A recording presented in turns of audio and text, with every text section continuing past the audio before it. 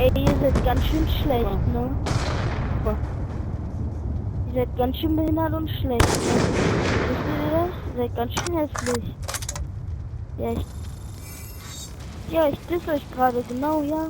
Deren Schmerzen sind euer Ja, ihr Geld. seid ganz schöne kleinen Hurensöhne. Ja, genau, ihr kommt aus dem Arsch geschissen. Ja, richtig schön aus der Biotonne. Salut zusammen, Salut zusammen, das ist der Rufus. Und heute machen wir mal ein Black Ops 2 Review. Mein persönliches Highlight in diesen ganzen 9 Monaten, wo jetzt das Game draussen war, ist auf jeden Fall der Typ. Phänomenal. Ich fand das so als Intro ist vielleicht gar nicht so schlecht, weil wahrscheinlich wird es eher so ein bisschen ein trockenes Commentary, wo ich versuche, das Game einfach nach 9 Monaten so ein bisschen zusammenzufassen, was mir auffallen ist, mein Eindruck. Und ganz klar, es wird wahrscheinlich, also nicht wahrscheinlich, es wird positiv ausfallen, weil ich spiele das Game nach wie vor und versuche doch auch den einen oder anderen vielleicht Grund zu finden, warum dass es so viele Leute nicht mehr spielen. Würde mich natürlich auch wundern, ob ihr das noch spielt, ganz klar. Und schnell vom Hintergrund. Das erste Video ist ein 60:4 auf Raid mit dem LSAT, wenn es mich nicht gerade täuscht. Das zweite Gameplay, falls es noch eins braucht, weiss ich leider nicht, aber schaut es einfach an, oder? Und so schloss einfach zu. Also das erste, was ich habe mir hier etwa halbe A4 Seiten zusammengeschrieben, mal schauen, ob ich da so alles ein bisschen reinbringen kann. Zuoberst steht bei mir No Death Streaks. Geile Sache. Das ist etwas, was mir aufgefallen ist. Und es gibt niemanden, der irgendwie noch so verkrüppelt am Boden liegt oder der sich in die Luft jagt und so. Das finde ich wirklich gut, dass sie das endlich nach sehr vielen Games endlich mal rausgenommen hat. Nimmt mich wunder, ob das in 3 Monaten, wo uns das Game jetzt noch wird erhalten bleiben, ob das im nächsten COD-Teil wird beibehalten werden oder ob dann wieder irgendwie so ein Blödsinn kommt. Das nächste, was ich aufgeschrieben habe, sind Maps. Die Maps finde ich grundsätzlich eigentlich gut. DLC-Maps habe ich keine gekauft dieses Jahr, sonst jedes Jahr und jedes COD. Und dort hat es eine Schneemap dabei gehabt, das ist das Einzige, was ich ein bisschen vermisst habe. Ich habe die Schneemaps eigentlich noch gern. Und was mir auffällt, Raid, Hijacked und Noobtown, wenn man die 3 Maps nicht gern hat, dann hat man relativ heftige Zeit, weil mich dunkt, dass die am meisten in der Rotation vorkommen. Und ich finde das ein bisschen schade. Logisch hat es bei den anderen COD-Teilen auch Favoriten-Maps gegeben. Aber ich habe das Gefühl, ich habe mehr verschiedene Maps gamed in den früheren COD-Teilen als jetzt. Jetzt sind es wirklich die 3, die dominierend sind. Und ich, die wirklich gar nicht Noobtown spielen, das ist relativ mühsam zum Teil, wenn du 4-mal, 5-mal hintereinander in die Map reinkommst. Sonst habe ich vorher mal schnell angekündigt, DLC. Das erste Mal, dass sie eine Waffe gebracht haben im DLC. Die Angst war da bei vielen, dass die jetzt overpowered wird und jeder muss sich dann die kaufen. Ich finde, das haben sie sehr gut gelöst. Sie ist, man sieht sie ist verbreitet, aber es ist nicht so, dass die Waffe musst haben, sonst hast du keine Chance. Die Waffen allgemein, sicher nach dem Patch, sind extrem gut balanciert, würde ich jetzt mal sagen. Es gibt jetzt, ja, die Fall, die ist noch OP, ja. Aber sonst sind alle eigentlich relativ gut, absolut nutzlos, meiner Meinung nach, ist der Executioner. Ich sehe die nicht, wenn man da einen Punkt muss verbrauchen muss. Für die Waffe könnte man sich gerade so gut noch einen Concussion rein tun, die bringt sicher mehr. Und Punkte, das ist so etwas Neues im Black Ops 2 Pick 10 System für die Klasse, das finde ich sehr gut. Man kann wirklich so ein bisschen seine Klasse personalisieren. Ich persönlich spiele zum Beispiel nicht mehr ohne Plünder und Zähigkeit, also das ist für mich sowieso schon mal gesetzt. Und man kann sich wirklich sagen, okay, ich will jetzt Granaten brauche ich nicht, ich nehme es lieber noch einen Secondary mit einem Aufsatz. Man kann es so ein bisschen wirklich persönlicher machen und das finde ich sehr gut. Wenn wir schon bei den Punkten sind, Score Streaks. Hier finde ich, grundsätzlich finde ich Score Streaks gut.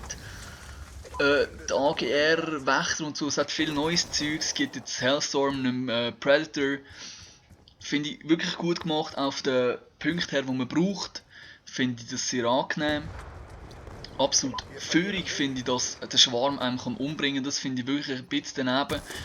Weil wir wissen ja, man kann jetzt durch die Score Streaks Cyclass wie im MW3, man muss nicht sterben, damit man sie wieder bekommt.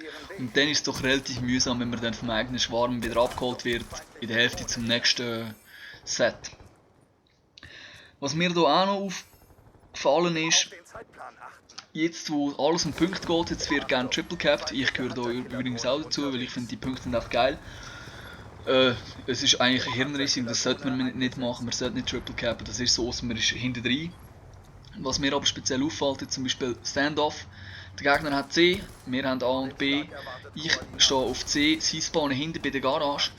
Ich habe einen Clip, wo ich mit der M8A1 innerhalb von ein paar Sekunden von 0 Kills den Blackbird habe, weil ich einfach auf ihrer Flagge stehe.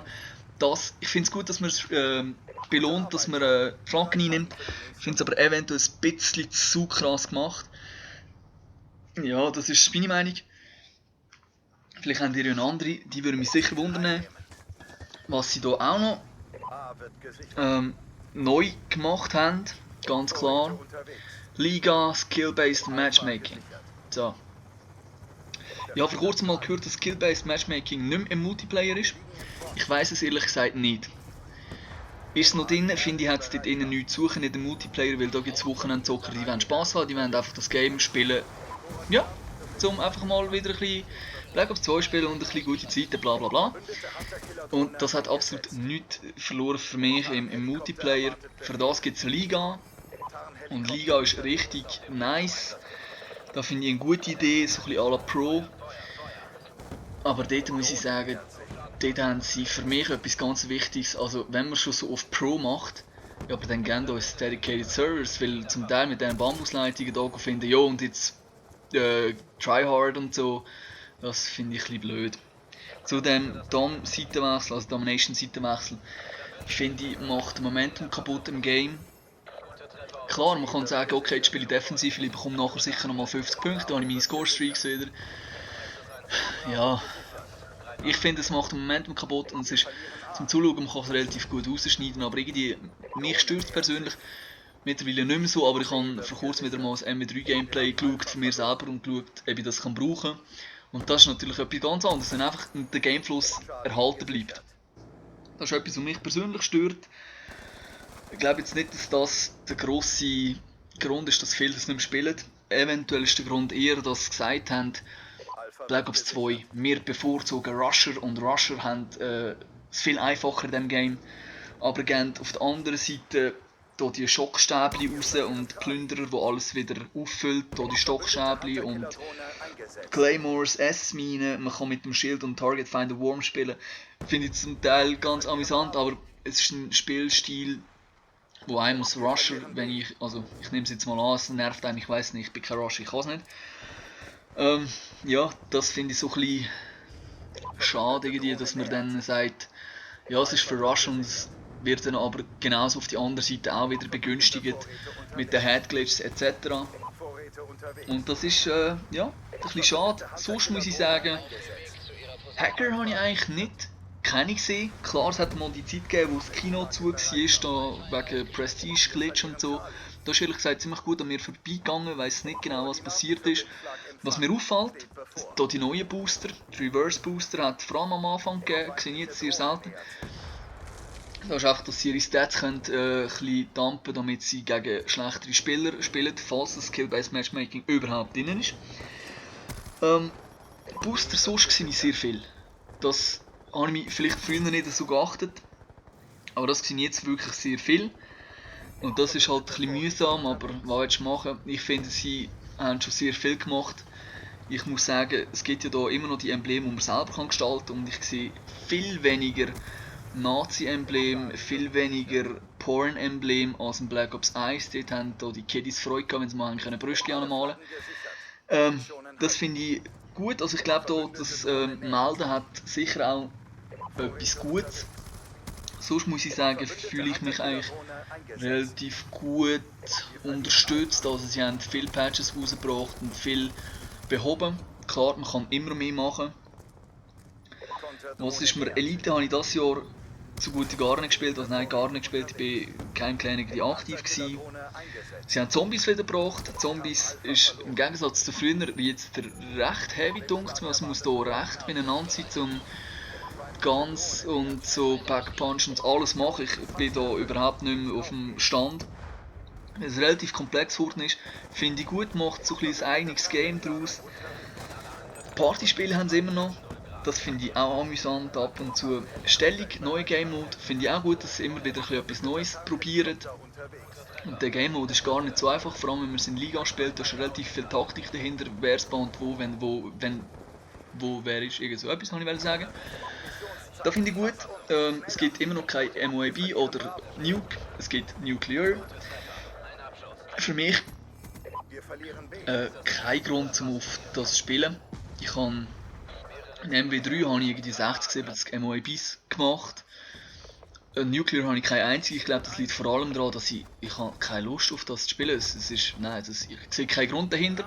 Aber ich finde es gut, dass sie wenigstens irgendetwas versucht haben zu machen. Das habe ich so schnell aufgeschrieben.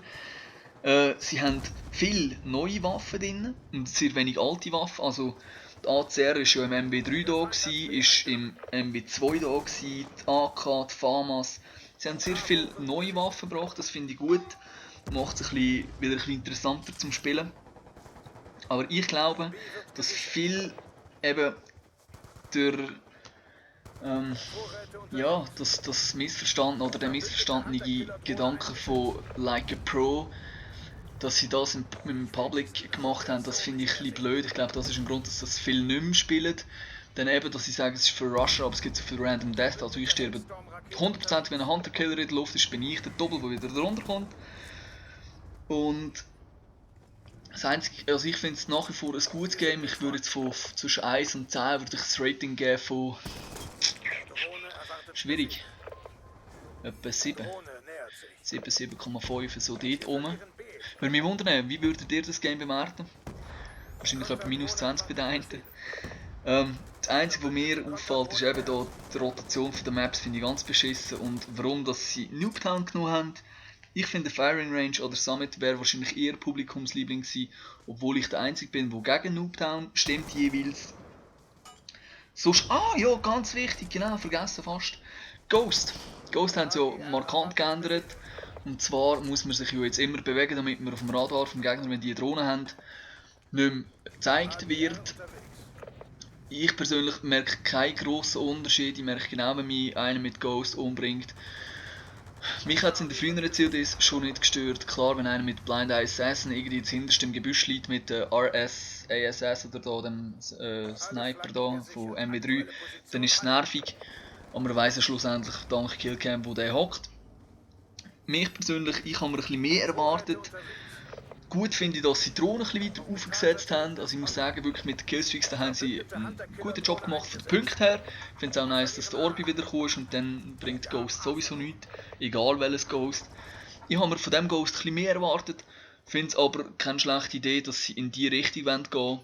Eine andere Idee wäre wie im COD 4, dort nutzt fast niemand Ghost, weil Stopping Power ist so ein grundlegendes, elementares Perk, das man sehr gut kann brauchen, dass man Ghost eigentlich eher verzichtet und sonst hat es ja noch Juggernaut.